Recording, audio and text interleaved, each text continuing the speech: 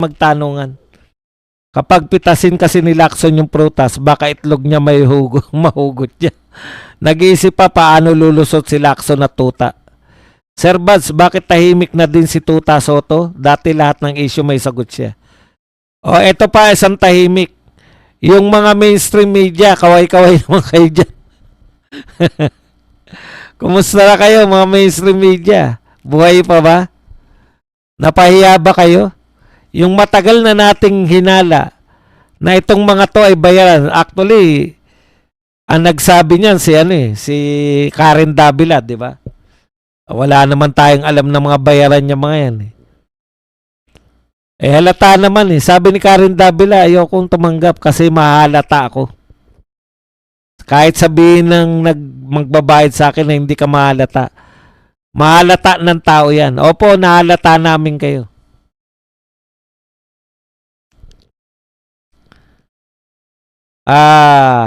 Si Gutesa pinatotohanan ni Saldico. Kaso nga si Saldico, ang pagkakaiba kasi ni Saldico, hindi siya willing humarap sa Blue Ribbon. Ito kasi mga to, so hindi po pwedeng matawag na corroborate yung ginawa ni Saldico kasi outside siya ng Blue Ribbon.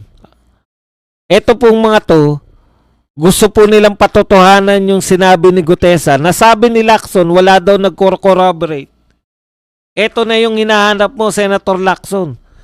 Hindi ka na naghanap. Kusa nang pumunta sa'yo. Alam talaga nila, Sir Buds, na pera dahil may pulis pala nakasama pero nagnakaw daw.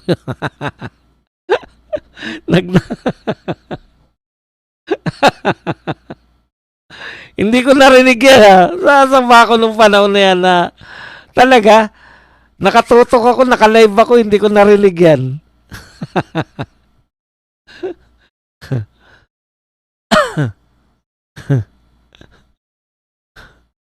Ano ba yun? Nagnakaw daw yung sa maleta kaya nakita talaga nila na pera. 18 plus 10 is 28 Marines ang nalalantad. Yari ng bangag sa Pilipinas. Pero ayaw ni Lacson kasi wala dito si Saldico. Correct. Kaya bagay talaga yung kantang My Way and Now the End is Near. And so I face the final curtain. That's professionalism. Vince, 2022 pa sila nag-start. Pagkaupo sa palasyo, sinilbi ni Attorney B kanina. Sinabi ni Attorney B. Sino si Attorney B? Balingod, yun ba yun? Boss Bad, sa awa ni Father Flavi sa tulak na wala pang benta, si Father Flavi kumuha ng 3 siya. Pangbaho ng anak ng tulak. Joke. Joke lang yan, Father Flavi. Baka pag initan mo si extra rice, ha? May 10 Marines pa daw na lalabas. Mukhang may rally na pinakamalaki, mukhang magkakatotoan sinabi ni FPRRD na lalaya si BBM na makatulad sa tatay niya. Or, nakita natin, no? Sa dibdib dapat, sa dibdib dapat nakahawak yung mga kamay, di ba? Si BBM sa sikmura, eh. Yung mga asong maingay, tahimik lahat. Grabe mainstream media, walang kibo. Alam nyo na kung bakit. Boss, makalaya na ba si Tatay Diggs? Alam nyo po, wala na po ako inaasahan sa ICC. Hindi na po ako maasa dyan. Pero ano't ano man ang mangyari kay Tatay Digong, tanggap niya na eh. Masaya na siya eh. Masaya na ako sa nagaganap eh. Kasi nalalantad sa buong mundo yung ginagawa nila kay Tatay Digong. Hindi na po sa akin importante yung importante, maganda yung laban ni Tatay Digong. Hanggang huli hindi unbowed talaga sila. Alam nila yan kung saan si Saldico, ayaw lang nilang huliin kasi lalabas talaga ang katotohanan. Boss, sumagot na si Trilling, pananagutin niya raw yung abogado at yung mga marine confidential information daw yung kinalat nila. Kakasuhan niya raw sa ICC ng obstruction of justice, guilty na o bobs pa. Alam niyo po, kay Trillanes, yan nung una kong pinagtataka. Ang daming ano no, ang daming kinakasuhan. Sa kaya kumukuha ng napakayaman siguro ng tao na yan. Napakaraming kasong bukang bibig. Kakasuhan ko kayo, kakasuhan. Pati yung puppet na tao, tahimik din. Nasa Pidabit Boss Buds, nasa Sunstar Davao. Yan. Pati pala mga opisyal ng AFP kasabwat. Protector. Meron ba sinabi AFP? Parang hindi ko narinig. Kasi pag may commercial, pag may commercial,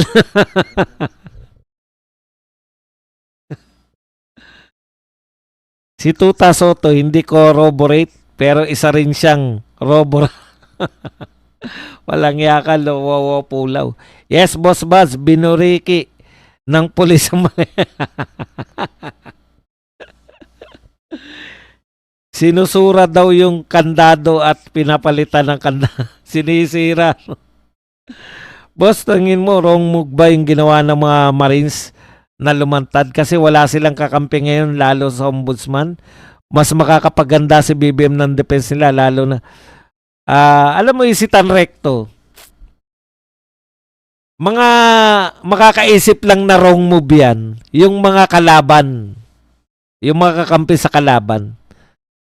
Anything na maglalantad sa mga katiwalian, good moves yan. Hindi naman po yung good moves maganda magiging resulta. Alam niyo yun?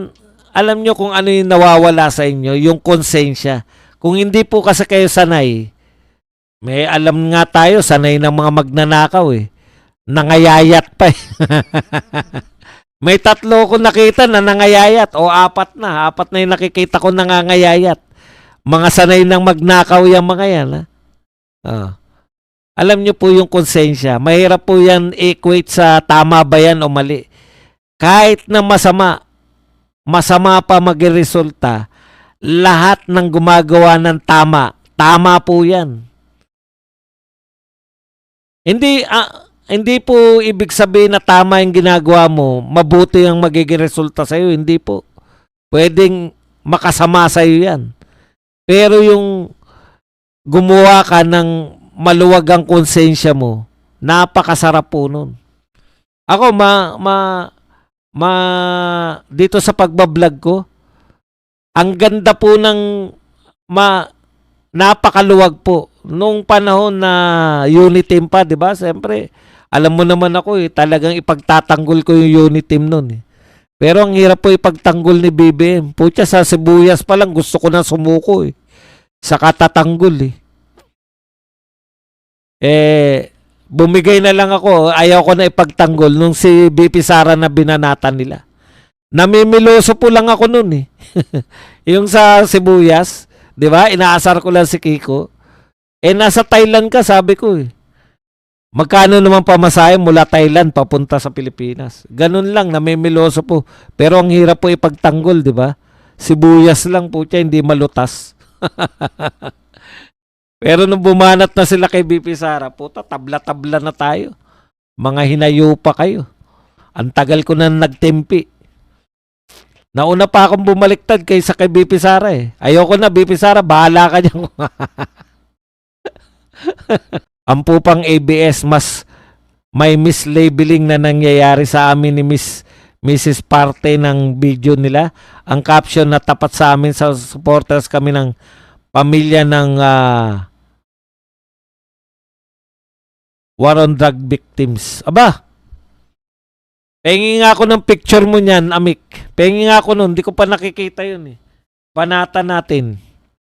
Magandang yan. Magandang bigyan ng comment yan.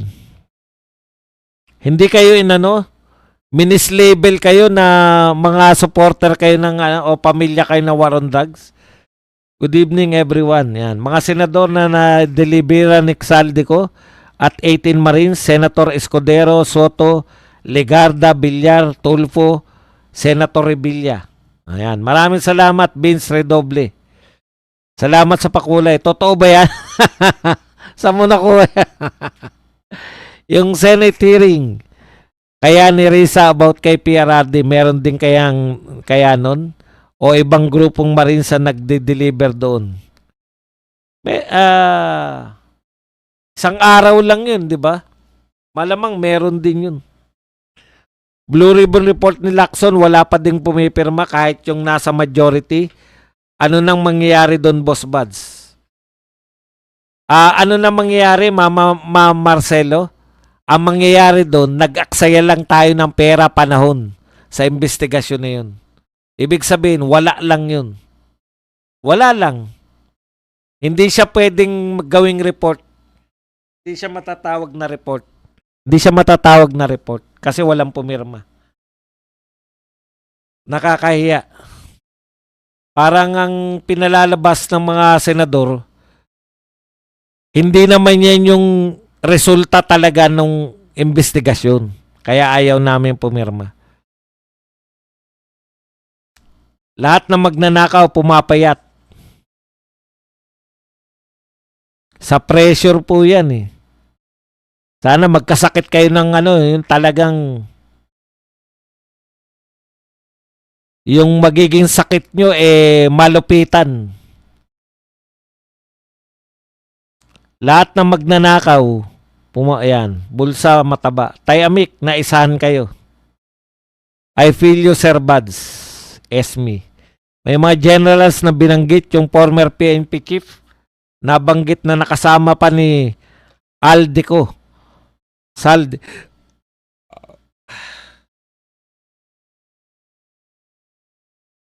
Pukari sweat ako ngayon dahil Pukari sweat ako na nasira chan ko.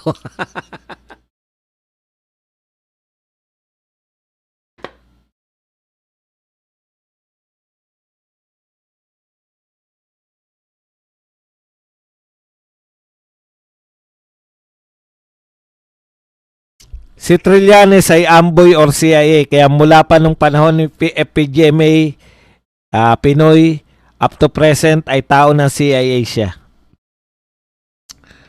Muchas gracias mi amore. Yan. Amik. Boss, huwag mong kalimutan Comelec Oo nga pala. Pati Comelec. Tumanggap din daw ang Comelec. Anak ng pupa pag hindi nyo pa inimbestigahan yan. Kayo mga congressman, total kayo po, mahilig kayo mag-contempt, di ba? Sige nga, imbitahin nyo nga yung 18. Total, tinutukoy kayo. Kung ako walang kasalanan, iimbitahin ko yan para supalpalin sila. Siyempre, hindi nyo imbitahin, hindi nyo imbestigahan.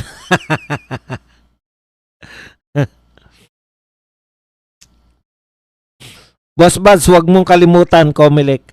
Para nasapawan na si Maroa sa optics niya ni Lenny at BBM, si Maroas nag-traffic enforcer sa Commonwealth bago ang eleksyon. Ikaw naman, isitan recto, nakalimutan. Ang tagal na namin nakalimutan.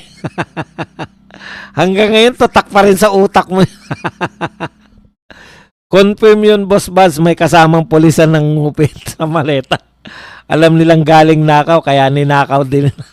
Ang problema nun, hindi pwedeng pumalag yung ninakawan kasi putya malalantad na nakaw.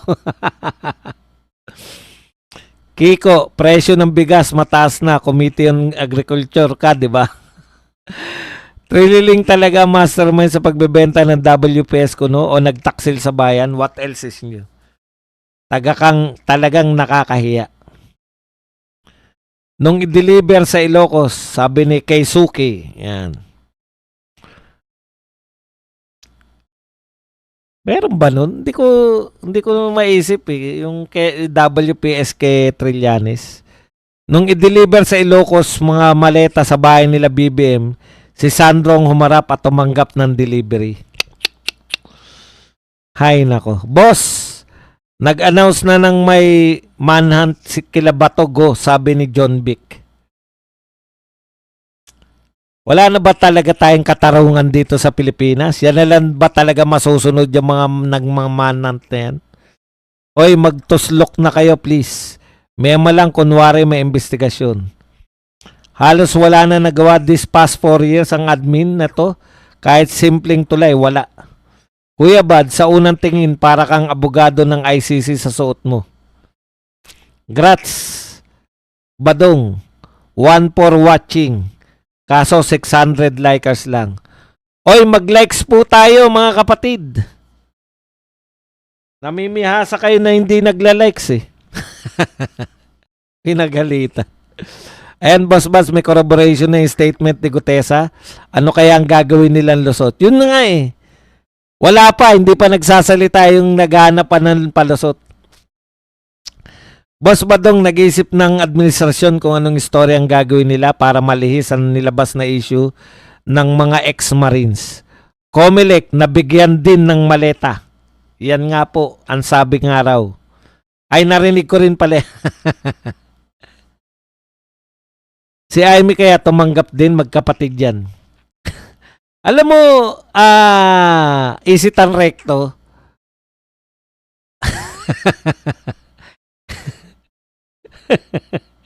ang ano ng mga ano mo no? Nabanggit daw ba si Amy sa mga nakapakinig? Hindi ko napakinggan yun sa mga senador eh. Nagbigay ng clue ang anchor ng Net25 kung sino ang top 1 sa listahan na nakatanggap ng maleta. Binigay ng attorney ng ex-marines. Representative Sulong daw, Abante.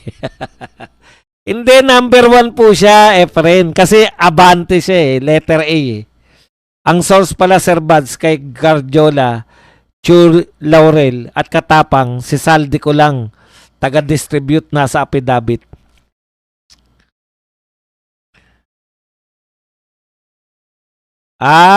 Sila Garjola pinanggalingan ng pera. Sige, pag nabasa ko yan bukas. Like lang po, kalahati ng manunod, hindi nagla-likes. Parang ang katarungan na lang na makukuha natin yung wish na ni Scara David. Yan ang sagot nila, manhunt para ma-divert ang issue. BBM Legacies maleta, maletang nakaw. Expected yan pag aresto kalabato kasi kailangan nilang pang-divert sa ex-marines. Handa na lahat eh, no? Hay nako, Pilipinas. Ano na nangyayari sa atin? Kanina pa ako nakatamsak, Delia Pineda. Uy, Delia Pineda, lagi ka nababanggit doon sa ano ha? O, una kasi lagi to si Delia Pineda eh. Pinapalabas pa nila na in good faith ang pagbebenta at paggamit ng S. Si Flavi extra income at Marbil naman para may extra lakas sa pagtatrabaho. Sir Buds, teka, hulaan ko to. Si ano to? Si Ma'am Tess. Bakit ba bawal ba maglagay sa pangalan yung Hapon yung ano naman, yung pangalan nyo naman na pang Pilipino? Tariela, banat uli sa China para ma-divert uli yung 18 Marines mo. divert na kayo. Isip na kayo ng diversion.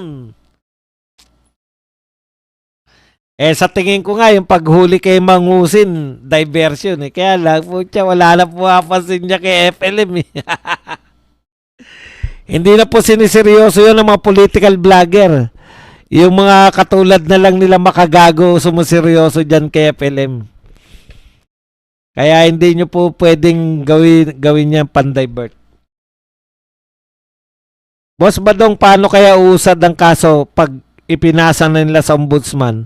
May maleta din daw natanggap si Boying. Alam niyo po, ito ito yung mga kinakatwiran nila, palusot po nila, kaya hindi nila makuha, maisama sa mga report yung kay Gutesa o maseryoso kasi hindi raw nagdumaan sa ombudsman o sa DOJ.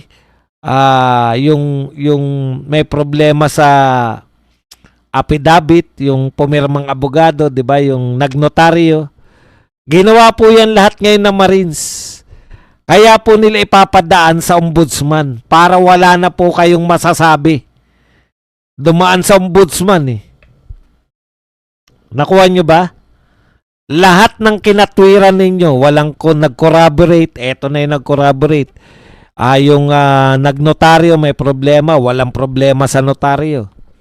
O ano pa, hindi pumayag si Gutesa na pumunta sa ombudsman o sa DOJ. Ngayon, nasa ombudsman. Wala na kayong ilulusot. Lahat ng palusot nyo kay Gutesa, ginawa ng mga Marines ngayon. Kaya hindi nyo po pwedeng palusutan ulit ng mga katulad ng paglusot nyo. SHD Extreme. Boss Buds, first liker mo ko kanina sa Twitter.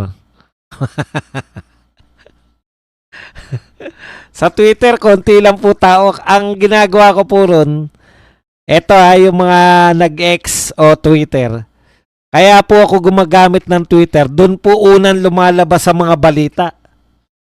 Sa Twitter po. Kaya tayo lagi rito, una tayo sa balita eh. Hindi pa nila natatalakay, tinalakay na natin lahat. Napapansin nyo ba? Na-discuss na natin bago i-discuss ng mga ibang vlogger. Una kasi tayo eh. Tapos naka-live pa tayo. Yun yung kagandahan. Sinusubukan ko pong hindi mag-live yung ite-tape ko. Napapangitan ako. Hindi. Napapekean ako na kunwari may kausap ako. Wala naman akong kausap. At least yung kausap ko talaga kayo. Ang hirap po magsalita mag-isa.